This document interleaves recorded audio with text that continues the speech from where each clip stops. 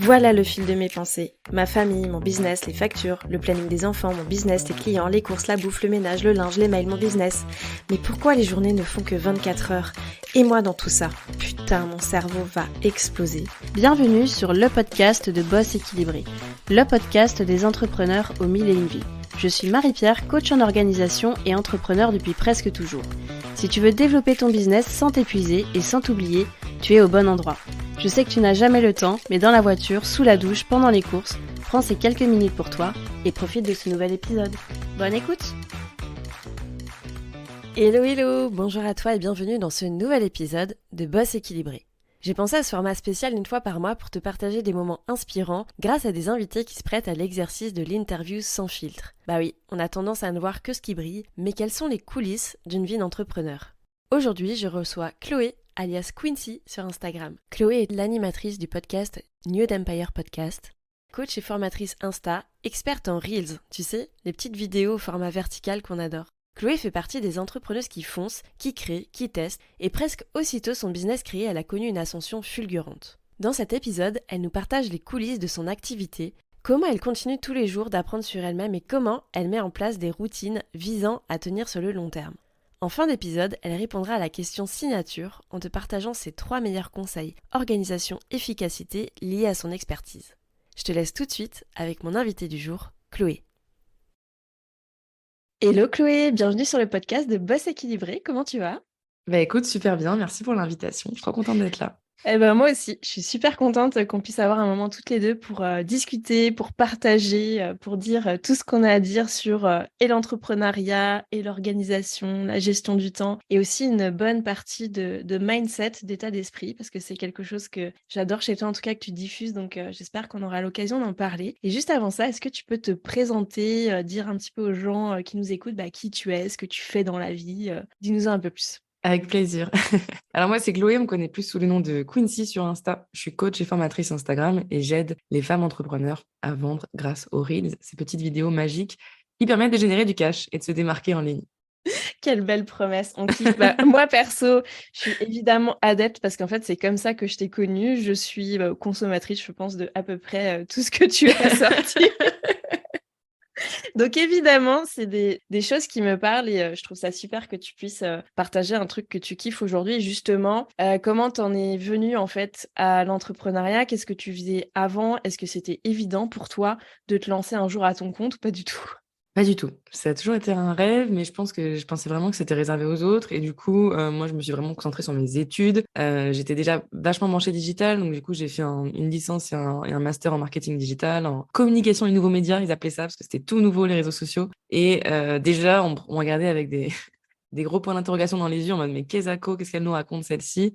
Le community management, tu vois, c'était les débuts et c'était encore à l'époque où moi je switchais sur Instagram, on me parlait encore de Facebook et tout. Et du coup, maintenant, je trouve ça dingue de voir à quel point ça évolue, mais non, j'étais pas du tout prédestinée à entreprendre. C'est juste que j'ai fait un burn-out à la fac, puis deux burn-out en entreprise. Et là, je me suis Comme dit, quoi, un n'en cache pas, un cache souvent un autre. exactement. C'est comme les trains, on n'est pas. C'est ça, et j'ai commencé à douter, à me dire que c'était moi le problème, que, tu sais, j'avais peut-être un problème avec la discipline, ou j'en sais rien. Et en fait, non, c'est juste que c'était trop chiant pour moi, c'était pas du tout, je pouvais pas être libre de créer, en fait. Et c'est Mm. dommage parce que le domaine d'activité me plaisait à chaque fois, mais la manière, le comment, ça me plaisait pas du tout. Ouais, tu te sentais un peu frustrée de ne pas pouvoir exprimer ce que tu avais à exprimer, de créer ce que tu avais envie de créer. Totalement, puis d'avoir des guidelines pour tout et n'importe quoi, devoir demander à chaque fois des vérifications à Pierre-Paul Jacques qui n'y connaissent rien à ce que je raconte et qui du coup sont pas du tout légitimes à me donner leur avis, tu vois. Enfin, en fait, c'était des choses où c'était tellement incohérent. J'étais tellement dans un pôle, à chaque fois dans le pôle communication de grands groupes où personne comprenait ce que je racontais que, tu sais, j'en avais trop marre de parler à des vieux boomers qui sont complètement déconnectés de la réalité de notre génération. Et moi, je passais pour une grosse geek des réseaux sociaux, tu sais, genre, oh, mais toi, tu passes ta vie à chiller, mais non, rien à voir, en fait. Là, ce que je suis en train de vous dire, c'est que vous pouvez faire de l'argent avec ça. Et du coup, j'étais toujours confrontée comme ça à beaucoup d'incompréhension, même encore aujourd'hui. Maintenant, je suis coach Instagram entrepreneur. Alors là, c'est encore, Oui, c'est c'est pareil, ça encore, peut être une autre dimension en fait. voilà, exactement. Il y a encore très peu de gens qui comprennent ce que je fais. Mais au moins, j'ai la liberté de faire un petit peu ce que je veux. Et j'avoue que je suis contente d'être tombée là-dedans en plein confinement, alors que c'était pas prévu, quoi. Et ça s'est passé comment justement cette transition? T'es partie du jour au lendemain comme ça, au revoir président ou C'était un peu ça. En fait, c'était j'ai un coup de tête? réussi. Non, pas du tout. En fait, à chaque fois, moi, c'est comme ça fait des pics, c'est-à-dire que j'arrive dans l'entreprise, tout se passe bien, et puis au bout de 6 mois, je m'ennuie. Et si au bout de 6 mois, vous faites pas des choses pour me rattraper, pour réveiller ma créativité, moi, je cogite et puis je prépare mon départ, quoi. Et c'est Ouais. un peu ce qui s'est passé les 2 fois. J'ai réussi à négocier durement des ruptures conventionnelles pour avoir le chômage.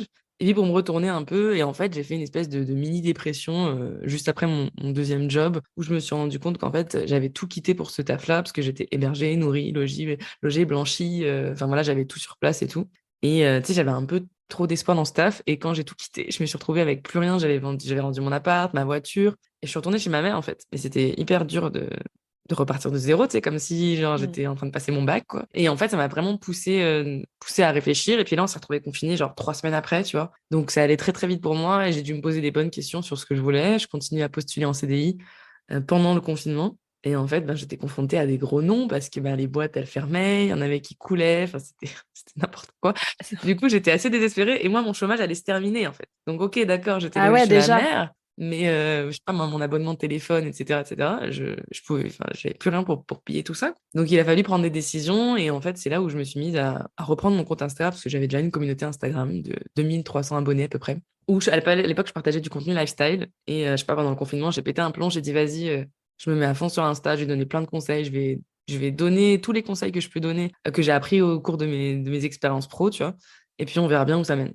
Voilà. C'est incroyable. Genre, c'est dingue quand même parce qu'en fait, tu peux en dire un petit peu plus sur ce deuxième job. Est-ce que quand tu dis t'as tout mis en fait dedans, t'as tout misé dessus, quand tu y réfléchis, c'était quelque chose vraiment qui était aligné avec toi ou c'était une idée que tu te faisais de ce boulot-là en fait? Je pense que j'avais totalement idéalisé ce boulot. En fait, j'avais déjà rêvé de ce boulot-là dans mon ancien boulot qui était pour le coup vachement classique, métro boulot dodo. Et celui-là, vu que c'était dans l'hôtellerie, tu vois, il y avait un côté un peu exotique, nouveauté. C'était aussi une manière de fuir ma réalité, je pense. Tu vois, je fuis mon quotidien, je fuis mon environnement, je fuis ma famille, je fuis tout. Puis entre guillemets, je me redécouvre, je me recrée une nouvelle identité dans ce job-là. Et j'avais beaucoup d'espoir là-dedans. Et en fait, ça a été catastrophique. C'était pas du tout adapté à moi quand j'y ai réfléchi. Je devais tout le temps être en interaction avec les gens, chose que je déteste. J'avais pas du tout d'intimité. Je devais partager ma chambre. Enfin, tu sais, quand j'y pense, ça me correspond pas du tout. Mais je pense que j'avais besoin de le vivre pour justement savoir ce qui était bon pour moi, tu vois. Complètement. À cette époque-là, tu connaissais pas encore peut-être tes valeurs, ta vision, où est-ce que tu avais envie d'aller, quoi. Du coup, tu t'es raccroché à ce qui te semblait C'est ça. peut-être. En fait, ça me paraissait original. Genre, je me disais, ah là là, je suis trop une originale, je suis trop une anticonformiste. J'ai pas du tout le même taf que monsieur, madame, tout le monde. Et en fait, c'était bien pire parce que j'avais vraiment zéro liberté. On te traque ton temps, on te traque. Enfin, pour le coup, là, c'est vraiment, t'es traqué constamment. Et j'en pouvais plus. Et du coup, j'ai fait une dépression au sein même de ce taf-là. Et je me suis dit, mais Chloé, t'as un problème. Tu fais une dépression quand t'es en CDI normal, tu fais une dépression quand t'es ici, alors qu'il y a plein de gens qui rêveraient d'être à ta place. Et en fait, ça a été une révélation quand j'ai entrepris parce que je me suis dit, mais en fait, c'était ça le problème. Mm. C'était le cadre, c'était l'environnement, c'était le fait d'avoir trop de règles. Et qu'en fait, moi, j'ai besoin de fixer mes propres règles, sinon je meurs de l'intérieur. Ouais, moi je comprends trop ce que tu veux dire, surtout que je pense que tu es vraiment une créative, tu as besoin de t'exprimer et puis de pas être non plus dans un cadre trop fermé. Et du coup, bah, c'est vrai que le monde de l'entreprise, surtout si tu bosses dans des grandes boîtes, allez, c'est des schémas, c'est des process à respecter. Et puis du coup, tu passes un peu pour une énergumène quand tu veux proposer des trucs qui sortent un peu des sentiers battus. Donc, en ça, l'entrepreneuriat, c'est vrai que bah, faut pas l'oublier, de base, on y va pour la liberté, quoi. Même si, parfois la réalité, peut être tout autre parce qu'encore une fois, c'est nous qui choisissons, finalement nos règles et en ça, des fois, ça peut être Exactement. difficile. Ouais, complètement. Mais en tout cas, tu as découvert du coup, un truc qui, aurait pu te laisser penser que toi, tu avais un problème, alors que la vérité, c'était juste que tu étais pas au bon endroit au bon moment, quoi. Bah, je pense toujours que j'ai un problème dans le sens où je suis pas faite pour le moule sociétal dans lequel on nous construit. Ouais, Et en fait, c'est là où je trouve que c'est très touchy parce que tu peux vite faire une dépression quand tu restes dans le système. C'est-à-dire que moi, j'ai voulu avoir mon petit bac, faire mon petit master, voilà, être dans les clous, faire des études en rapport avec le métier que je voulais faire. J'ai pas redoublé, j'ai pas sauté de classe, voilà, je suis restée dans les clous, voilà, la moyenne, machin, la mention, tout ça. Et en fait, quand tu arrives t'es lâché comme ça dans le monde de l'entreprise et que tu te rends compte que la réalité est tout autre et que tu ne feras jamais clairement ce que tu as vraiment envie de faire, je trouve que c'est d'une violence sans nom. c'est Surtout hyper violent. comme, voilà, surtout, enfin, moi, j'ai l'impression d'avoir été un peu cocooné, tu vois. Quand tu fais des études supérieures, tu sais, t'es un petit peu préservé la vie réelle, t'es pas tout de suite sur le marché du travail. Donc, Ouais. quand tu rentres dedans, enfin, moi, ça a été d'une violence. Et je pense que c'est ça qui m'a profondément déprimée. Et c'est pour ça que j'ai essayé de tester, tu vois, je me suis dit, ouais, je suis dans la com. Moi, la com, c'est flexible. Ouais, mais moi, je vais tester ça, etc. Et quand j'ai vu les limites, je me suis dit, ouais, mais non, mais en fait, peu importe si demain tu changes même de domaine d'activité, ça sera toujours les mêmes codes, quoi. Mm. C'est là où je trouve que ça fait douter de soi parce que tu te rends compte que tu corresponds pas à ça. C'est en ça, je pense que, et là où on se rejoint pas mal, c'est que on a tout le temps en fait besoin de travailler sur soi. Et clairement, je pense que le fait d'être comme ça, alors moi je me retrouve complètement dans ce que tu dis parce que j'ai toujours eu l'impression que j'avais pas de place nulle part. Bienvenue dans Genre, ma... la nana, elle change tout le temps, elle s'intéresse à ça, elle fait ça, elle a telle idée, elle veut lancer tel truc, les gens ils suivent plus, ils disent mais tu faisais pas ça avant, Ouais, etc. ouais, ouais. Quand j'étais petite, je voulais faire 1000 métiers, je voulais être coiffeuse. Mes parents ils m'ont dit mais non, tu vas pas être coiffeuse parce que t'es forte en anglais, t'es forte en ci, t'es forte en ça, faut que tu fasses des études. J'ai fait des études, je me suis fait chier, j'étais à la fac, je me suis fait chier, j'ai arrêté la fac, je suis allée dans un BTS parce que Oh j'avais là là. envie de rentrer en fait dans le monde enfin, du travail. Et en fait, c'était tout le temps comme ça. Mais la vérité, en fait, c'est que j'avais juste besoin de liberté et d'exprimer ce que j'avais envie d'exprimer. Et puis fuck, en fait, tu vois, si C'est t'es dans ça. une thématique à un moment donné et qu'après la vie fait que tu vas ailleurs, en soi, je pense qu'on devrait tous vivre ça, quoi. Expérimenter ça. Faire ses propres choix, quoi. Mais Ouais, bon, ça fait peur. Ça fait, complètement. ça fait Et puis peur. regarde, j'ai pas pris un énorme risque, hein, parce qu'au final, j'ai entrepris toujours dans le même domaine. J'ai pas commencé à lancer une boulangerie ou Mm. quoi que ce soit. Donc je pense qu'on reste toujours dans notre zone de sécurité. Après, j'ai envie d'ouvrir le champ des possibles et de tester d'autres choses. Mais je pense que step by step, tu vois. Mais c'est déjà un truc de ouf de pouvoir s'en rendre compte, de prendre du recul sur les choses, de se dire, bah voilà, bah, je suis pas faite pour ça. Mm.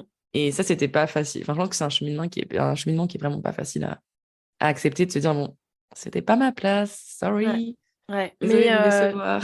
c'est quand même une force de rebondir sur autre chose. Et c'est vrai que moi, je rencontre beaucoup de gens qui, finalement, et c'est pas contre eux, mais parce que c'est profondément humain, se complaisent dans leur mal-être, se complaisent dans un truc qui leur correspond pas, mais parce que techniquement, notre cerveau, en fait, il est pas fait pour prendre des risques, il est pas fait pour changer, c'est extrêmement compliqué, ça demande de l'énergie. Et en fait, des fois, on préfère rester dans sa merde, alors que, alors que la vérité, bah, faudrait peut-être aller de l'avant et tester quelque chose, et certainement pour du mieux, quoi. C'est ça. Et c'est pas facile. Mais vu qu'on n'a pas de garantie que ce sera mieux, Bah, tu sais jamais, hein. on se chie dessus. Voilà, C'est ça, exactement. et on n'y va pas. Et du coup, pour faire un petit retour en arrière, donc là, tu es chez ta mère, à ce moment-là, tu es confinée, tu prends ton compte Insta à bras-le-corps et tu te dis, bah vas-y, je vais tout miser là-dessus, je vais partager ce que j'ai à partager. En soi, tu avais la sécurité de ton chômage à côté.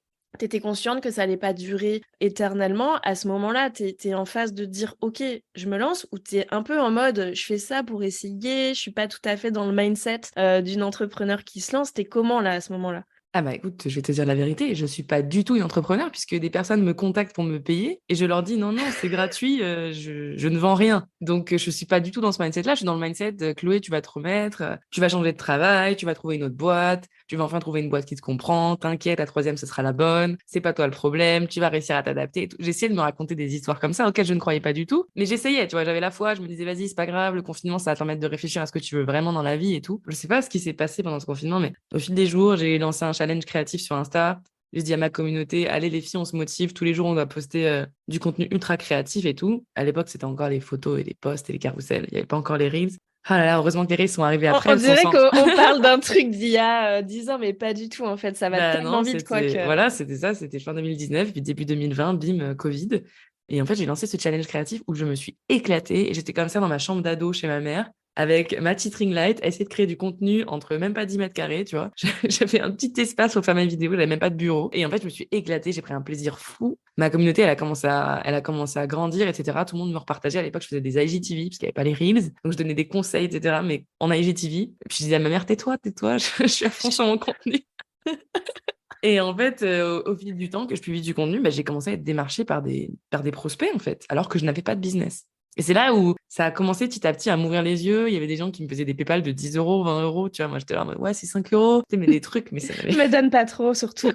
Voilà, tu sais, c'était genre, ouais, c'est 5 euros, ouais, c'était 10 euros. Et en fait, mis bout à bout, bah, finalement, ce premier mois où j'ai pas eu le chômage, j'ai fait 300 euros, tu vois. Ça peut paraître débile, mais pour moi, 300 €, Ah c'était bah, mais le million, quoi. clairement. Non, mais de toute façon, on a tous le souvenir de ces débuts comme ça où, en fait, c'est là où tu vois d'ailleurs que ton rapport avec l'argent, il change et tout. C'est que au début, ces 300 € là, ça te paraît être des millions. Et puis aujourd'hui, tu vois, la problématique, c'est pas du tout la même. T'as pas le même rapport, t'as pas la même réflexion avec ce qui rentre et le travail que tu génères à côté et tout. Donc ton déclic, il a été où en fait? À quel moment t'as foncé, tu t'es dit bah ok, je me mets vraiment dans la peau de Chloé Quincy qui entreprend et qui là va tout donner pour développer son business. Bah, quand en fait, j'ai eu des super retours de clientes qui m'ont recommandé à d'autres personnes, qui m'ont dit: «Non mais là, professionnalise-toi. Non mais là, moi, je veux t'acheter ça. Non mais» Quand tu et t'es en sentie fait, légitime en fait. ouais et surtout que j'ai eu de la reconnaissance pour mon travail. Je pense que c'est ça qui me rendait T'avais profondément besoin de ça. malheureuse. Ouais, je pense Mm. que j'avais profondément besoin de me dire que c'est pas de la merde ce que je fais et surtout que je peux aider, tu vois? Genre me rendre utile. Je me sentais tellement pas utile dans mes anciens tafs. Donc je pense que ça a été ça et en fait, j'ai vu que le bouche à oreille allait très, très vite. Dès que je postais un truc, tout le monde kiffait. J'avais posté un truc qui n'avait rien à voir, j'avais offert un freebie pour les vision boards, ça avait explosé. Enfin et en fait, je me suis dit: «Mais waouh, ma petite communauté là, elle me suit déjà de ouf. Enfin, je peux déjà faire de l'argent avec elle». Tout est possible en fait et le déclic, vraiment le réel déclic, il a été à la fin du confinement quand je suis montée à Paris pour un entretien. C'était sur le papier, c'était l'entretien de rêve, tu vois? Je pouvais bosser avec des influenceuses que j'adorais. C'était dans le domaine de la skincare. Le patron était super sympa. On a parlé de PlayStation et tout. C'était génial. On allait même boire un coup ensemble et en fait, je sais pas, il s'est passé un déclic où il a mis du temps. Il m'avait dit qu'il me rappellerait pour m'embaucher, puis il a mis du temps et en fait, entre-temps, j'ai des clientes qui ont signé pour 500 € de coaching, tu vois? Et genre, quand il m'a rappelé, je sais pas, quelques jours après, j'ai dit non. J'ai tremblé, hein, au Truc de téléphone, mais dingue, tu m'étonnes. j'ai dit, en fait, désolé, mais non. T'as mis trop de temps, non. Moi, je passe à autre chose, ok? Voilà.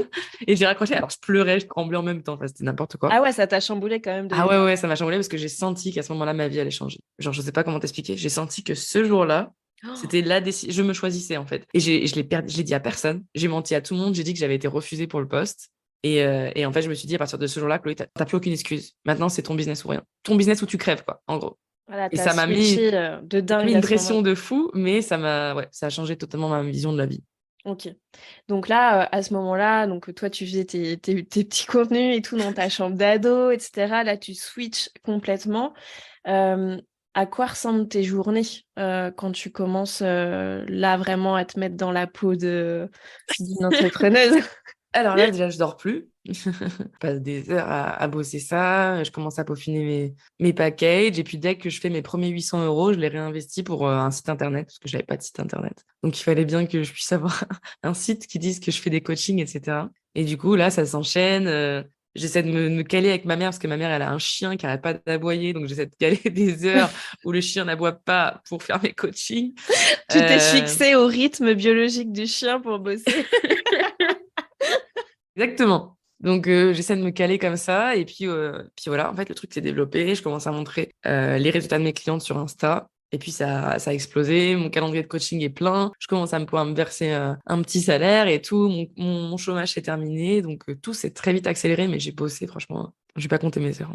Ouais, c'est ça, c'est qu'en fait là, t'as le champ des possibles qui s'est ouvert et du coup, t'étais non-stop là-dessus, quoi.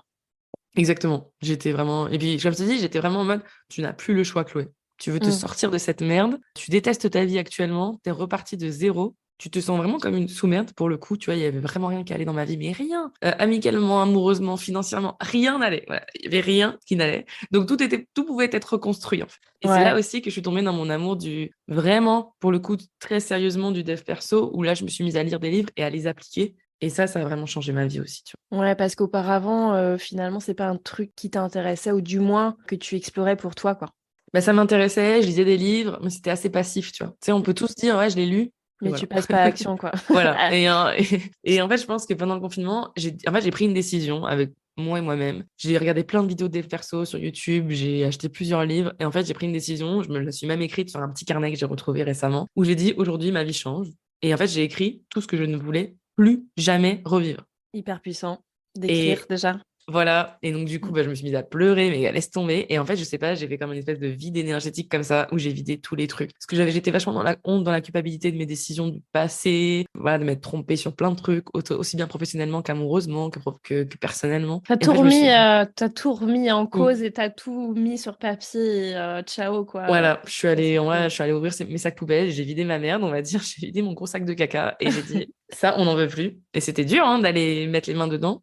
Et en fait, je pense que si j'avais pas fait cette étape-là, j'aurais pas pu repartir sur de bonnes bases. Et c'est Mm. là qu'en fait ma vie a changé parce que j'ai travaillé sur moi, mon business a décollé, j'ai rencontré l'amour, j'ai trouvé un appart, enfin tout s'est accéléré, j'ai trouvé une voiture, tout s'est accéléré. Trop bien. Et donc là, tu fais des coachings, tu comptes pas tes heures, tu bosses à fond, etc. Et puis l'étape suivante, c'est quoi? Qu'est-ce qui se passe dans ton business? Est-ce qu'il y a un élément qui fait tout décoller? Ouais, quand la première fois où j'ai réussi à faire 2K, genre pour moi c'était lunaire parce que c'était même pas ce que je gagnais en CDI. Donc je me suis dit, ouais, mais si tu peux faire 2K, tu peux en faire 10 en fait. Donc tout est possible T'étais pour en toi. statut de micro-entreprise au début C'est quand t'as ça, commencé? exactement. Ouais, ok. Et réussir à générer, même si ça va pas dans ta poche, réussir à générer 2K en micro-entreprise depuis ta Toute chambre seule. d'ado, chez ta mère, C'est ouais, dingue. ouais, pour moi, c'était un truc de fou, tu vois. Et c'est là, en fait, où je me suis dit, waouh, mais je suis tellement incapable. Je suis tellement... En fait, ça m'a fait... Je dis toujours que l'entrepreneuriat m'a sauvée parce que ça m'a tellement ouvert les yeux sur mon potentiel. Je me suis dit, Mm. mais Chloé, mais là, avec des petits trucs que t'as que t'as que t'as créé sous le manteau, comme ça, t'as même pas de site internet, machin, tu arrives à générer du cash, mais enfin, t'es même pas prête pour tout ce qui est possible. Enfin, et en fait, du coup, le goal, après, ça a été de me verser ça, etc., tous les mois minimum. Je me mettais des plafonds comme ça. Un certain nombre de clientes à avoir aussi. Et pareil pour le nombre d'abonnés. Puis ça a augmenté 5000, 6000, 7000. Et je me suis dit, bah voilà, le next step, c'est bon, Chloé. Tu gagnes ta vie, tu reprends un appart, puis tu reprends ta vie en main, quoi. Et en fait, c'est allé super vite. Et j'ai posé cette intention-là. Puis ça a marché. Donc tu faisais essentiellement du coaching au tout départ. Donc aujourd'hui, pour les personnes qui nous écoutent, c'est plus le cas. Non, c'est Comment plus le cas. comment t'as switché vers un autre business model? Qu'est-ce que tu avais en tête à ce moment-là? Est-ce que donc aujourd'hui tu fais de la formation en ligne essentiellement, donc tu vends des produits digitaux. Est-ce que tu avais ça déjà dans ta vision ou c'est venu comme ça? Alors, j'ai commencé avec des petits produits digitaux en 2020 aussi. Mais j'étais encore trop focus sur le coaching parce que j'aimais bien la relation client, etc.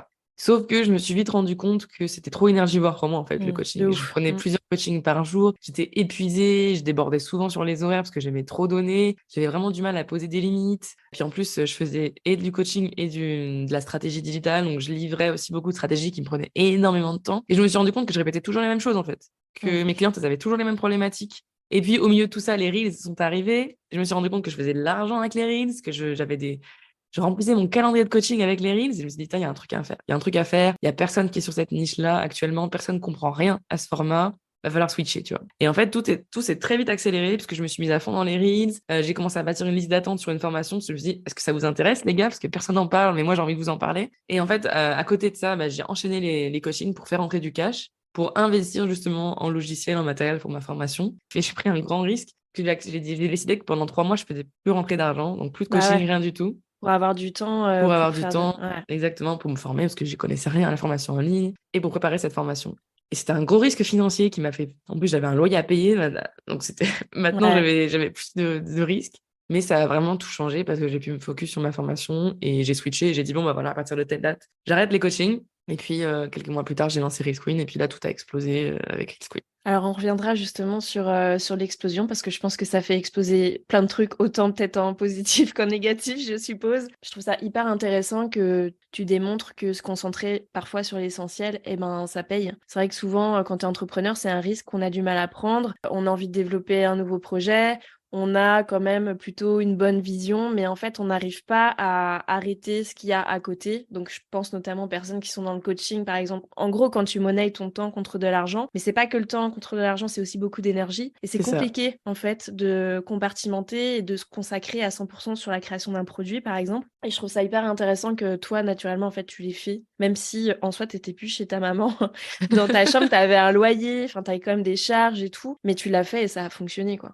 Après, ça a fonctionné parce que je pense que j'ai aussi travaillé au corps mon audience, je l'ai préparé, j'ai teasé, je me suis vraiment assuré qu'il y avait un besoin sur cette niche-là, puis j'ai aussi pris un risque dans le sens où personne connaît les Reels, donc en fait, soit ça passe, soit ça casse. Mm. Mais toi, tu as envie de le faire, donc vas-y, fonce. Et je me félicite de m'être écoutée parce que maintenant, c'est vrai que des formations Reels, il y en a partout, des coachs en Reels, il y en a partout. Mais c'est vrai que j'étais la première formation qui s'apprenait non seulement à faire des Reels, mais à vendre avec. Et du coup, c'était encore une prise de risque. Mais je me Ouais. suis dit, allez, j'y vais all-in parce que je sais que ma cible, elle a pas seulement envie de s'amuser à faire des vidéos, elle a aussi envie de De générer vendre. des ventes et d'avoir des clients. Et en fait, vu que moi, je l'ai testé sur moi-même, c'est toujours ce que je dis. Moi, j'aime trop. Je peux pas parler d'un truc que j'ai pas testé. Mais quand ça marche sur moi, il y a beaucoup de chances pour que ça marche sur les autres. Et vu que j'avais testé mes conseils de la formation aussi sur mes clientes en coaching, tu vois, j'étais plutôt sereine sur les résultats. Mais par contre, j'étais pas du tout sereine sur le format, sur le fait que ce soit une formation en ligne, que du coup, je ne sois plus présente physiquement avec les clientes et tout. Donc ça, c'était un gros challenge aussi. Ça t'a posé des questions comme ça de dire, bah, est-ce que les gens vont continuer à me suivre sans,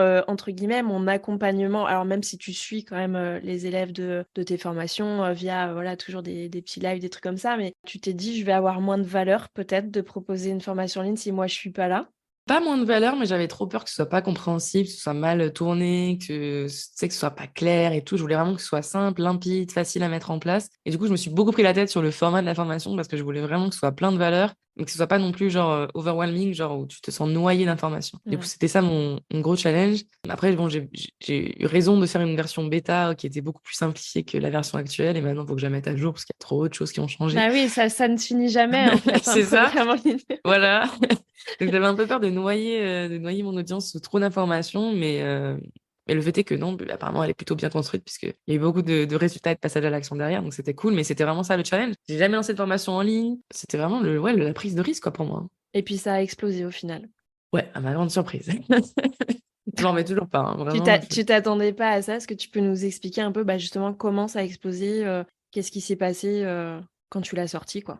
Alors quand j'ai sorti, j'étais en panique, j'ai envoyé le mail et puis je suis repartie me coucher. J'ai fait des crises d'angoisse, je me suis roulée par terre, j'avais des cystites, enfin, j'avais envie de vomir, non mais ouais, Tu c'était vraiment. méga stressée, en fait? Oh, j'étais méga stressée, j'étais toute seule dans mon appart avec mon stress là, et puis je pensais qu'il y avait alors 10 personnes qui achètent, tu vois. Pour moi, c'était le bout du monde si 10 personnes C'était achetaient. ton objectif? Ouais, c'était mon objectif. Je me suis dit, mais non, mais je sais pas si ça va vendre, mais Chloé, mais qu'est-ce que tu racontes? En plus, tu fais des effets, des trucs, mais qui sont complètement loufoques. Tout le monde s'en fout de ce que tu racontes. Et je commençais à tout remettre en question. Alors que le truc, je l'avais teasé depuis 6 mois. Ma liste d'attente, elle était pleine à craquer. J'avais 300 personnes sur ma liste d'attente. Pour moi, à l'époque, c'était un truc de ouf. Et on s'entend, je sais pas, j'avais 8 9 000 abonnés, je crois, à cette époque-là. Et je me suis dit, mais personne va vouloir acheter. Enfin, voilà, c'est tout C'était déjà nouveau. un super engagement en termes de liste d'attente quand même, aujourd'hui, quand tu y Ah penses, oui, oui, carrément. Ouais, franchement, c'était top. Mais je pensais pas que ça allait convertir, quoi. Mmh. Je m'étais dit, bon, elles vont voir le bouton acheter, il n'y a personne qui va vouloir acheter. Et puis ça a explosé. Et puis j'ai fini, je crois, avec 57 ventes, ce qui me paraissait vraiment énorme. Carrément. Bah, pour un premier lancement d'une Pour un formation, tout tu premier lancement, t'attends voilà. pas à ça, en fait. Voilà, surtout que la formation, elle n'était pas non plus donnée. Enfin, c'était la version bêta, mais elle n'était pas non plus donnée. Elle était à 399 €, il me semble. Donc, ouais, c'est allé très vite. Puis là, c'est là que j'ai commencé à construire ma new tower de post-it des membres de la formation. Puis ça allait très vite. J'ai voulu l'améliorer. Puis j'ai refait un deuxième, troisième, quatrième lancement. Puis à chaque fois, c'était exponentiel. J'étais un petit peu dépassée par tout ce qui se passait. Ouais, justement, est-ce que tu avais, visualisé un petit peu l'après lancement de formation? Ou pas Pas du du tout? tout. Pas du tout? Et avec le recul, est-ce que ça t'aurait évité peut-être, certaines contrariétés, certains stress de penser à l'après? Je pense que en fait, je croyais être préparée. J'avais une business coach et tout, mais j'étais pas préparée. J'étais pas préparée à un succès aussi rapide, fulgurant, exponentiel en termes de chiffres, en termes de clients à gérer. Et sincèrement, je le souhaite à tout le monde de le vivre, mais quand ça s'arrête, enfin quand ça se calme, c'est Mmh. c'est un gros boomerang à retardement qu'on se prend en fait, parce que c'est toute l'énergie qu'on a maintenue comme ça qui relâche, beaucoup de stress aussi, et Et c'est aussi puis quoi après, quoi? exactement, quoi, Après. après. Et en fait, je me retrouve face à une pression maintenant c'est aussi pour ça que je suis un peu plus dans l'ombre ces derniers mois, c'est parce que tu as cette croyance qui vient te chercher, qui te dit: «Mais comment c'est possible de faire mieux que ce que tu as Mmh. déjà fait?» Et souvent, en fait, on se pose pas cette question parce qu'on se dit: «Oui, je vais avancer tranquillou, step by step et tout». Et en fait, vu que moi, ça s'est pas du tout passé comme ça s'est passé un peu en inversé, bah, c'est dur parce qu'on se dit: «Mais on a fait des résultats de dingue et cetera». Du coup, tu as l'ego qui vient te chercher, tu te dis: «Mais comment c'est possible que j'ai pu faire ça?» Puis d'un côté, tu te dis: «Mais si j'ai réussi, je peux le refaire». Et il y a une autre croyance qui vient te chercher, qui dit: «Mais non, ça arrive qu'une fois, c'était un coup de chance». Beaucoup de personnes aussi m'ont un peu critiqué à ce niveau-là, genre: «Ouais, mais c'est la chance des débutants et tout». Puis tu commences à douter de toi, de tes capacités. Donc en fait, il y a plein de choses qui viennent te chercher. Et ouais, ça, c'est un aspect auquel je m'étais pas du tout préparée. Du coup, il s'est passé quoi, après finalement cette explosion alors, de ventes? Comment tu as géré? Comment tu as organisé ton temps? Comment tu t'es adaptée? Parce que bon, même si c'est, du programme en ligne, il y a quand même, besoin d'être, là, derrière. Comment tu as géré? Je sais pas trop comment j'ai fait en vrai, parce que je gérais tout toute seule. J'avais Ouais. plus de 2 000 membres sur ma formation, c'est allé très, très vite. Et en fait, je pense que c'est la passion qui m'a maintenue, hein. Mais pareil, je comptais pas mes heures, enfin, j'étais à fond, puis j'étais vraiment orientée résultat. Je voulais vraiment me concentrer sur les résultats de mes clientes. Donc, c'est vrai que j'ai beaucoup sacrifié mon temps et il y a eu plusieurs jours où j'ai oublié de manger. Enfin, tu vois, genre, Mm. pour être totalement honnête, il n'y avait aucune structure sur mes journées. Il n'y avait aucune priorité à la santé physique ou mentale parce que l'objectif, c'était vraiment de faire tourner le business, faire en sorte que tout le monde ait une bonne expérience aussi avec mon produit. Bah oui, de ouf, parce que la pression, quoi. Enfin, j'ai 2000 personnes là, enfin, il n'y a pas le choix, quoi. Tu t'es mis en C'est ça. mode pilote automatique, quoi, concrètement. Exactement. Et puis au début, je maîtrisais pas forcément tous les outils tech que je maîtrise, l'automatisation, etc. Enfin, on dirait pas comme ça, mais c'est quand même une sacrée machine pour faire Mm. tourner les choses, l'onboarding client, recevoir la bonne séquence d'email au bon moment, m'assurer que tu puisses avoir une réponse à ta question, que ce soit sur le groupe privé ou sur la formation, ou même par email. Et donc, du coup, à cette époque-là, j'avais pas d'assistante. Donc, ouais, c'était chaud, tu vois. Charge mentale au max, on peut Ah dire. ouais, ouais, charge mentale au max, mais j'étais vraiment dans le plaisir. Donc, en fait, je m'en rendais pas forcément compte. C'est quand j'ai voulu prendre une assistante et que là, elle m'a dit, non, mais attends, faut arrêter de tourner sous cocaïne. Il Mm. faut arrêter de tourner comme un cochon malade. Que, en fait, là, quand je me suis posée et que j'ai soufflé, je me suis dit, waouh. Et maintenant, j'ai encore du mal à comprendre comment j'ai pu Faire faire ça. ça toute seule, quoi. Ouais. Mm. Ça a eu des répercussions après sur ton énergie et tout, cette phase d'explosion où tu as été en fait sur sollicité, surinvesti dans ton truc? Bah totalement, je pense que j'ai encore du mal un peu à m'en remettre, même 2 ans après, tu vois. 2022, ça a vraiment été l'année où il a fallu que je ralentisse un peu sur tous les fronts, que je me rends compte aussi que je dois me donner du temps à moi-même, mais aussi à mon couple et tout. Enfin, tu vois, genre, c'est des trucs. On n'y pense pas forcément, mais quand on est tellement plongé dans un truc qui nous fait kiffer, on oublie un peu ce qui se passe autour. Donc ouais, je me suis rendu compte de ça. Je me suis rendu compte aussi que je n'étais pas mon business. Ça, c'était Mm. un peu violent de m'en rendre compte. Mais c'est quelque chose que je déconstruis parce que je me dis, non, en fait, non, c'est OK. Je ne suis pas mon business et j'ai le droit de prendre du temps pour moi. Et c'est pas pour autant que mes clientes auront de moins bons résultats ou si je suis moins présente, etc. Accepter de déléguer aussi certaines tâches, chose qui n'était pas facile au début parce que Mm. j'avais vraiment envie de maintenir ce lien, cette proximité avec mes clientes. Mais force est de constater que si tu veux scaler, si tu veux vraiment te développer, ben, il y a des décisions à prendre, quoi. Ouais, complètement, il n'y a pas le choix. Et c'est pas si facile que ça, effectivement, de Pas du déléguer tout. autant en termes d'état d'esprit que de process, parce que bah, ça se prépare et on n'est pas toujours prêt à déléguer non plus. Voilà, ça aussi. Ça, c'est encore autre chose. Ou alors déléguer aux personnes de confiance, etc. Ouais. Mm. Que les process, ils respectent aussi, toi, tes valeurs, les valeurs de ta marque et tout. Mm. Donc ça, c'est encore une autre étape. Justement, on parle souvent de l'importance de bien s'entourer quand on est entrepreneur. Est-ce que il y a des choses, toi, que tu as mises en place pour, entre guillemets, te sécuriser, tu vois, par rapport aux personnes avec qui tu pouvais bosser, aux personnes qui t'entouraient? C'est vrai qu'on n'en parle jamais, enfin pas souvent, de l'entourage ou des personnes avec qui on bosse. Est-ce que toi, il y avait des red flags? Est-ce que tu as mis des petites choses en place comme ça pour être bien entouré? Alors au début, pas du tout. Et j'étais d'ailleurs très naïve. Et c'est pour ça que je me suis fait arnaquer et pas mal avoir. Donc Ah c'est ouais? comme ça que j'ai appris. Ouais. Parce que j'étais très naïve. Voilà, quand j'étais au début, donc je voulais tout apprendre. J'avais soif d'apprendre, j'avais soif de réussir. Je pense que c'était d'être fin sur tous les aspects, tu vois, de réussir, de me pouvoir manger grâce à mon Mmh. business. Et donc du coup, c'est vrai que je faisais pas trop attention à ça. C'est au fil des mois, au fil des années que je me suis rendu compte que tout le monde n'a pas forcément des bonnes intentions. Et que justement, il faut savoir bien s'entourer. Après, j'ai eu la chance d'être très vite bien entourée avec mon experte en gestion comptable qui était une cliente en coaching de base, qui elle m'a tout de suite pris sous son aile et qui m'a vraiment aidé sur toute la partie fiscalité, administrative, où j'étais complètement paumée. Parce que pareil, j'ai dépassé les seuils très vite, la TVA, tout ça. Ouais, Enfin, c'est moi, ça. j'étais Tu avais un statut de micro-entrepreneur et je suppose que ça a dû exactement. vite, pareil, te dépasser, Voilà, quoi. et j'ai dû payer, j'ai dû payer des sommes astronomiques pour justifier ben, les sorties de seuil, entre guillemets. Donc ça, sur ce point-là, je suis encore d'ailleurs toujours accompagnée par elle parce elle est géniale. Mais sur tout ce qui est coaching, etc., c'est vrai que je me suis fait pas mal avoir, pas mal arnaquer. J'avais tellement envie de réinvestir mon argent, j'avais tellement soif aussi de Mmh. travailler sur moi que oui, j'avoue que je me suis fait pas mal avoir. Donc ça, faites attention au début parce que c'est vrai que moi, c'est une erreur. Mais bon, maintenant, je suis en capacité d'avoir un peu plus Ouais et de encore, discernement. en fait, ça dépend des moments aussi de sa vie. Ça me parle ce que tu dis, parce que moi aussi, tu vois, des fois, j'ai été mettre, de l'argent soit dans des coachings ou soit dans des pseudo-accompagnements, tu vois, pour m'accompagner sur telle ou telle problématique qui, sur le moment, j'avais vraiment envie de les résoudre et avec le recul, je me dis: «Mais là, franchement, Marie-Pierre, tu juste foutu ton argent par les fenêtres». Tout pareil. Fait chier, quoi. Mais à la fois, bon, bah, ça t'apprend par contre à faire plus attention, à te poser les bonnes questions, à savoir vraiment si ce besoin-là, bah, est-ce que tu as absolument besoin d'être accompagné par quelqu'un ou est-ce que toi-même, en prenant peut-être un peu plus de temps pour toi, tu peux pas travailler sur cette thématique, notamment via le développement personnel ou via, tu vois, enfin, de l'instruction en fait personnelle. Mais c'est vrai que ce temps-là, on a tendance à pas forcément le prendre alors que en soi, c'est quand même salvateur. Et justement, est-ce qu'on peut parler un peu de routine? Je sais qu'on a déjà échangé un petit peu sur ce sujet-là. Ça te fait Je rire, je vois. galère toujours autant. Est-ce qu'il y a des trucs que tu as mis en place qui fonctionnent bien? Est-ce qu'il y a des trucs que tu aimerais vraiment mettre en place parce que tu sens qu'il y a un besoin particulier? Comment tu te places par rapport à cette thématique, des routines? Déjà, est-ce que ça te parle? Est-ce que tu en ressens le besoin? Est-ce que tu penses que c'est nécessaire? Alors, je pense que c'est totalement nécessaire et que j'en ai besoin. Maintenant, mettre en place, c'est une autre paire de manches. En fait, j'essaie de me caler des jours à thème, tu vois. Donc, par exemple, le lundi, c'est plutôt les meetings. Le mardi, c'est plutôt le podcast. Le mercredi, ça va plutôt être tout ce qui est compta, etc. Le jeudi, ça va être le fait de me former.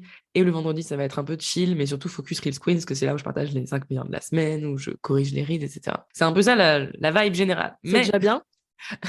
Mais à côté de ça, il faut que je puisse gérer, il faut que je puisse ajouter le sport, là que j'ai Ouais. repris, qui est un petit peu dur des fois à incorporer dans mon quotidien, des moments pour moi, voilà. Donc en fait, c'est tout ça qui est un petit peu dur à gérer, parce qu'au fil, tu te rajoutes des projets, par exemple le podcast, typiquement, toi aussi c'est pareil.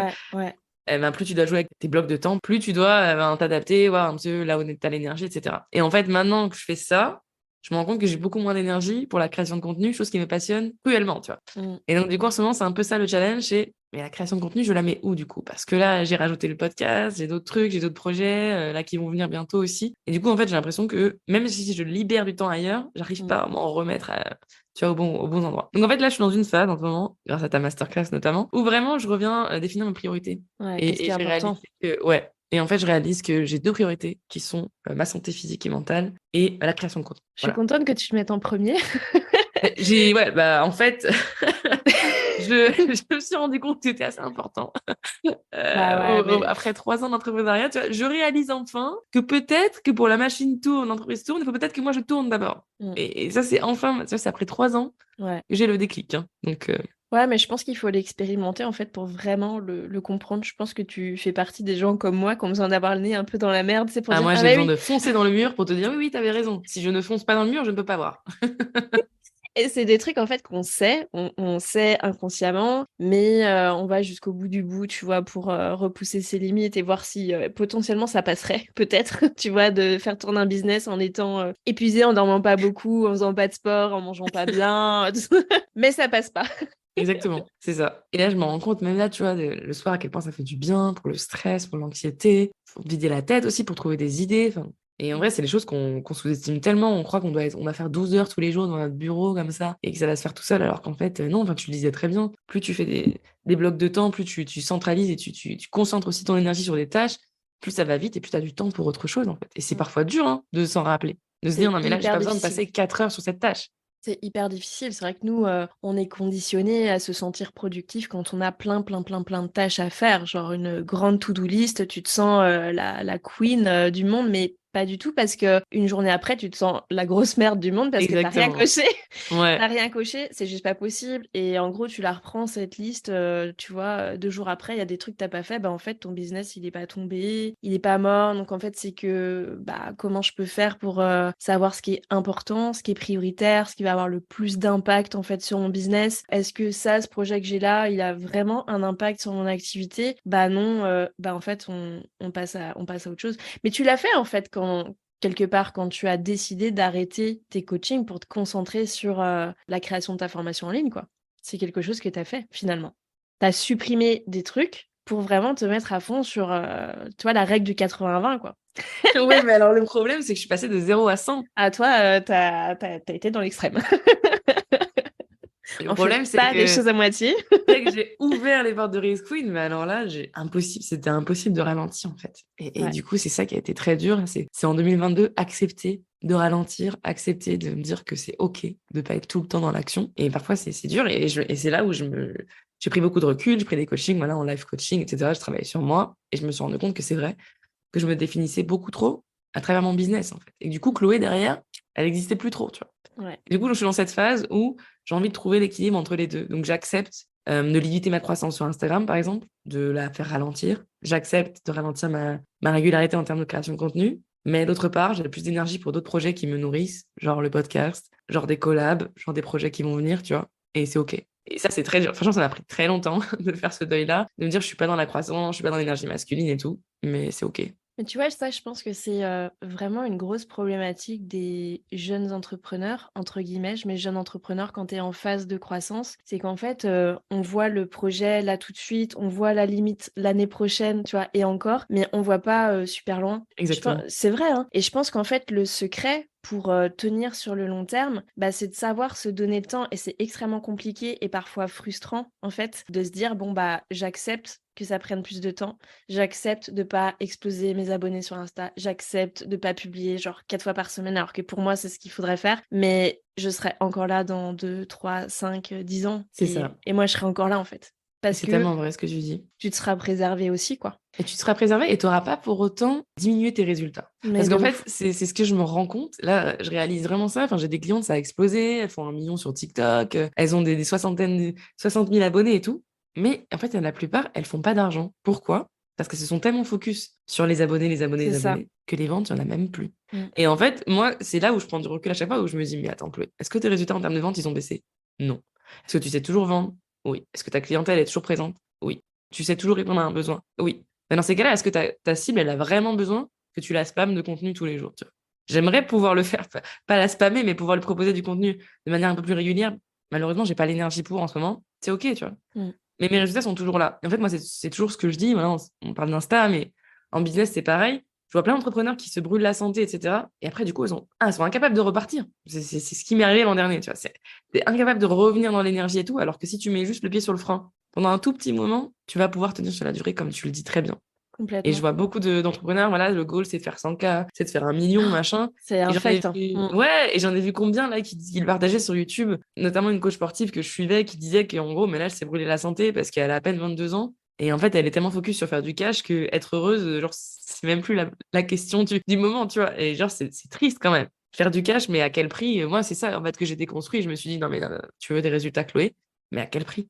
Et en Mmh. fait, quand je me pose la question maintenant, je sais très bien que ce n'est plus mon focus principal. Ouais, même si évidemment, ça doit driver, on doit toujours se baser sur, des chiffres, sur des résultats et cetera, et déjà vivre, payer ses Voilà, charges et oui, voilà. cetera, et voilà. Mais, c'est vrai que la plupart du temps, enfin mes clients, je les recentre toujours sur: «Mais pourquoi en fait tu as choisi d'être entrepreneur?» Jamais, enfin franchement 95 du temps, on me répond jamais pour gagner de l'argent, hein. C'est pour être libre, pour, passer plus de temps, avec mes enfants, passer plus de temps avec mes amis, pour pouvoir, me développer personnellement. Bah OK, reviens à ça en fait.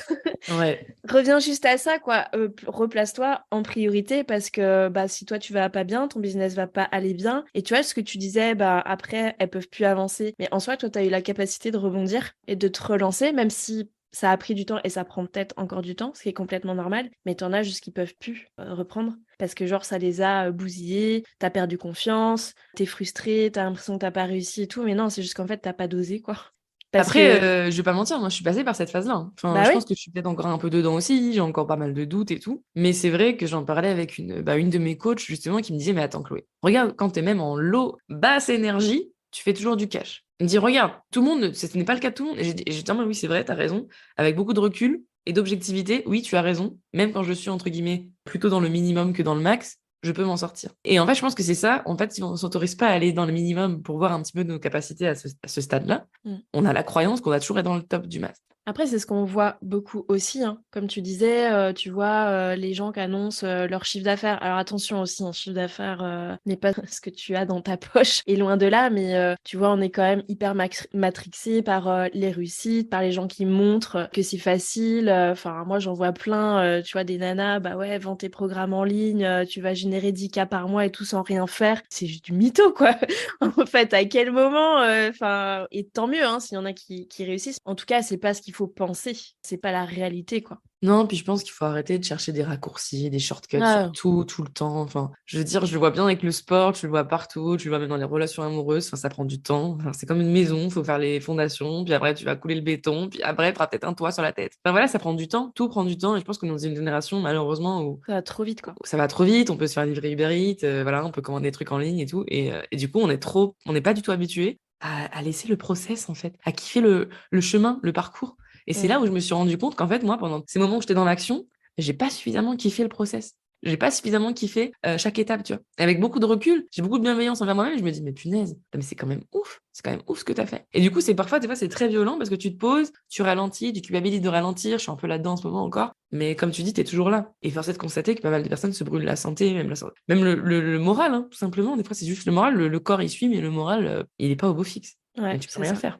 Tu peux rien faire, ouais, t'es paralysé, hein. Et t'as documenté un peu cette période-là quand tu dis ouais, avec le recul, j'ai pas assez kiffé le moment. Est-ce que t'as quand même la chance et l'expertise de faire des vidéos, des mini-vidéos et tout. Donc je suis sûre tu peux reprendre un peu des fois ton compte Insta et dire ah ouais putain là à telle période bah c'était ça, à telle période c'était ça. Mais est-ce que tu documentes un peu ce que tu fais? Est-ce que tu regardes? Je sais que tu utilises des outils que j'affectionne comme la gratitude, le fait de noter ses gratitudes, etc. Est-ce que tu as des petits outils comme ça à nous partager pour kiffer, comme tu dis, le chemin et le process? Bah justement, je pense que mon journal de gratitude, il m'aide beaucoup. J'utilise le 5 minute journal. Comme ça, c'est un journal vraiment où tu as 3 phrases à remplir tous les jours. Du coup, tu es sûr de t'y tenir. Parce que c'est vrai que des fois, tu te retrouves devant ton journal, là, les journaux vides comme ça. Tu sais pas trop pourquoi avoir de la gratitude quand tu es dans un bad day en plus. Donc, ouais, mon journal de gratitude, il m'aide beaucoup. J'aime bien le refeuilleter, regarder un petit peu où j'en étais il y a quelques mois, de quoi je me plaignais et pourquoi j'avais de la gratitude aussi. Donc, ça m'aide beaucoup. Après, j'essaie de traquer aussi sur Notion un petit peu mon évolution. Donc, j'ai tendance à prendre des notes aussi sur les coachings, les révélations que je peux avoir. Et puis, moi, ce qui m'aide énormément, c'est les livres. Enfin, voilà, je le dis tout le temps, mais moi, si je ne lis pas, je suis déjà un peu en train de mourir. Et en fait, je trouve ça triste. La plupart des entrepreneurs me disent, mais j'ai pas le temps de lire. Mais alors, on a entrepris pour avoir de la liberté. Tu Tu le peux pas prends pas. avoir 5 minutes pour lire, même une fois dans la semaine. Je trouve ça dommage, en fait. En plus, maintenant, il y a les livres audio. Enfin, il existe plein d'outils pour pouvoir nourrir son cerveau. Et forcément, comme tu disais tout à l'heure, on n'était pas. Parfois, je me rends compte avec beaucoup de bienveillance, encore une fois, et de tolérance envers moi-même, que parfois, il m'aurait pas fallu un coaching à 3 000 euros. Ouais. Juste un bon bouquin qui me secoue un peu les puces sur tel sujet. Parfois, ça aide énormément. Un livre à 20 balles, des fois, il peut changer ta vie, bien plus qu'un coach à 3 000. Ouais, mais bon, Et le livre à 20 balles, ça implique que tu aies de l'énergie pour te dégager du temps pour le lire, de prendre la décision de le lire, mais d'essayer d'appliquer certaines choses que tu as vues ou lues. Puis voilà, donc en fait, je pense que c'est c'est un vrai. peu ça aussi, c'est que évidemment, le coaching, je pense que c'est important et qu'on doit tous être coachés, mais parfois, ben, je pense que c'est bien aussi de se recentrer un peu sur les ressources qu'on a nous-mêmes et puis de passer à l'action et d'essayer de passer à l'action. Et en gros, franchement, à un moment donné, je suis toujours vulgaire, mais de poser ses couilles sur la table et d'y aller, en fait. De dire, bah, ok, moi j'ai telle problématique, bah, je vais essayer déjà de trouver des trucs. Et puis, en fait, après, si j'arrive pas, si Voilà, j'ai besoin exactement. d'aide, ben, je vais me faire Exactement. accompagner. Mais on fait le raccourci aujourd'hui, c'est pareil, il faut que ça aille vite. Donc, j'ai telle problématique, hop, je me fais coacher. Et comme tu dis, bah, souvent, on peut tomber, en fait. En fait, des fois, on a l'impression qu'on s'est fait arnaquer, mais c'est nous-mêmes, on s'est arnaqué tout Oui. seul. Tu Ouais, on était un peu dans le déni, je pense. tu Il vois? y a beaucoup de déni en général. Après, c'est cool parce qu'on n'a pas peur d'investir, tu vois. C'est ce que je me dis Ouais. aussi. Je me dis, voilà, on investit. Et c'est comme ça aussi qu'on tire des leçons de nos enfin, de nos investissements Ça et nos circule. apprentissages. Voilà, L'argent exactement. circule. Complètement. Bah, c'est ce que je me dis, c'est de l'énergie et tout. Et tu vois, c'est OK si on a dû soutenir telle ou telle personne à une époque, ben, c'est qu'on pensait en avoir besoin, tu vois. C'est OK, ça devait se passer comme ça. Mais c'est vrai qu'avec le recul, je me rends compte que, enfin, un livre, un podcast, une vidéo YouTube, parfois, mais peut avoir tellement d'impact. Enfin, c'est tellement sous-estimé. Mm. L'impact que ça peut avoir sur ton quotidien, sur ta vie, si tu décides vraiment de l'écouter consciemment, en fait, et pas de Ouais. manière passive. Et ça, vraiment, c'est quelque chose que j'essaie de faire hyper souvent, ou même de me réécouter des épisodes, de me dire, attends, est-ce que tu l'as vraiment écouté là? Est-ce que c'est vraiment entré dans tes oreilles?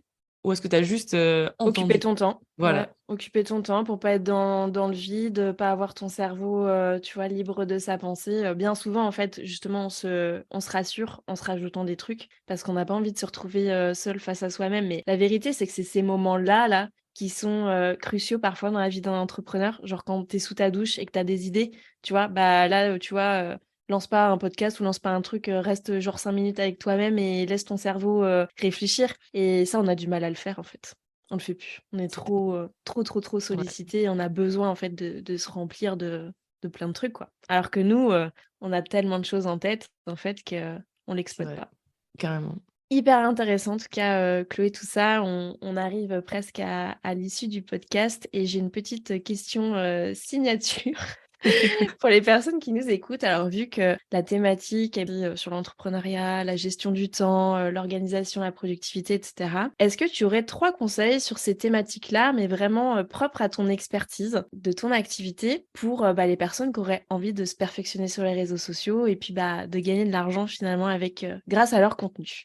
La première chose, ça va être d'écouter votre énergie. Enfin, moi, je m'en rends compte vraiment. Mais c'est hyper important parce que quand tu as de l'énergie, tu peux créer du contenu de ouf. Mmh. Donc, tout simplement. Donc voilà, essayer de suivre son flow comme ça et de se mettre des journées de batching pour filmer plusieurs reels d'un coup. Quand tu es dans un bon mood, une bonne énergie, la créativité est là, faut surfer dessus parce qu'elle est pas là tout le temps. C'est vrai et là, franchement, je me permets juste de rebondir. Moi, tu vois, qui suis très structurée et tout, j'aime bien compartimenter ma gestion du temps. Bah, s'il y a un truc que je peux pas compartimenter, c'est ma partie de création de contenu. Je sais, tu vois, que je veux attribuer 1, 2 journées complètes, par exemple, de création de contenu par mois. Bah, en fait, je peux pas la poser. Je peux pas la planifier parce qu'il y a des moments où je vais être pas, tu vois, dans la bonne énergie. Je vais pas. Enfin, ça sert à rien de te mettre devant ton PC ou avec ton téléphone pour essayer de créer des trucs si t'es pas dans le truc. Par contre, il y a des fois, tu vois, où, et c'est quand tu ne prévois pas, j'ai un pic de productivité. Là, je vais écrire plein de trucs et je vais filmer des trucs et tout ça, je vais batcher, donc tout faire d'un coup, mais ça prévient pas, quoi. Non, c'est pour ça que je peux pas vous dire le lundi c'est batching, le mardi c'est ça, parce que c'est pas vrai, moi-même je le fais pas. Ouais, Et que c'est pas comme ça que tu vas avoir les meilleurs contenus. C'est pas comme ça que tu vas vraiment avoir les meilleures idées et puis venir convertir aussi derrière. Donc ça, c'est la première chose. C'est ouais, ok, tu batches ton contenu, mais tu batches quand t'as envie, quand t'as l'énergie, sinon ça se ressent et ça sert à rien. Et c'est pas du tout, c'est contre-productif pour le coup. La deuxième chose, je dirais, ça serait de se challenger constamment. Parce que, en fait, en restant dans ta zone de confort, il se passe pas grand-chose.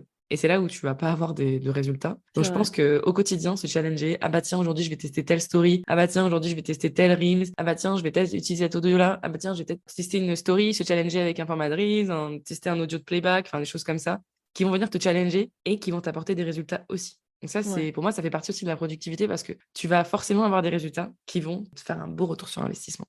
Trop bien. Donc ça Et veut la dire troisième, passer à l'action et de temps en temps sortir de sa zone de confort et essayer des choses. et je pense qu'il faut sortir de sa zone de confort tout le temps. Au pire, enfin, la question à se poser, c'est qu'est-ce qui va t'arriver de grave en C'est sortant de ça, ta t'as zone de rien à confort? perdre, t'as tout à gagner. Et en fait, je pense que bah, ça revient, mon troisième conseil, c'est qu'en fait, ne jamais penser que tu sais tout. Ouais. Parce que c'est comme ça que tu te brûles et que tu pars aux oubliettes, surtout sur les réseaux où ça évolue très vite. Donc toujours être ouverte à apprendre en fait. Et se nourrir de tout ce que tu vois. C'est-à-dire que quand tu te connectes sur les réseaux, sur Insta, consomme du contenu de manière consciente, tu vois.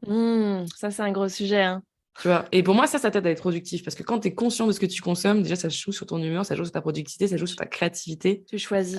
Tu Mmh. choisis ce que tu veux mettre dans ton cerveau, ce que tu veux, comment tu veux te nourrir, mais aussi tu choisis ce que tu vas réutiliser, ce que tu vas recycler pour ton propre contenu. Carrément. Ça, pareil, on pourrait en parler pendant des heures, hein. Le fait de prendre son téléphone dès le matin et de consommer H24 le contenu des autres, franchement, il y a rien de pire pour l'estime de soi et puis pour son manque de productivité parce qu'au final, tu passes plus à l'action, quoi. Tu regardes et les trucs des autres, c'est toujours mieux. Donc, du coup, toi, tu vas pas faire ou tu vas essayer de faire pareil, sauf que ça colle pas du tout avec ta personnalité, ta façon de partager. C'est vrai que trop, trop consommer le contenu des autres, finalement, pas ciblé, pas choisi dans tes moments, ça Non, peut puis au être, final, après, on se perd parce qu'on récupère tellement les choses des autres qu'on sait plus qui on est nous, ce qu'on veut faire, quelle est notre ligne éditoriale, ce qu'on veut apporter et tout. Et en fait, c'est le risque. Pour moi, il y a rien de néfaste sur les réseaux, mais le problème, c'est que les gens ont tendance à trop se comparer tout le temps, à passer leur vie à se comparer plutôt que de tester eux-mêmes un truc qui leur est propre, en fait. mmh, Donc, ouais, mon conseil bonus, ça serait aussi d'oser se démarquer et sortir de la masse. ouais. Prends ce risque, ose faire ce truc que personne n'a fait. Faire ce que tout le monde fait tout le temps de la même manière que tout le monde fait, ça ne t'apporte strictement rien.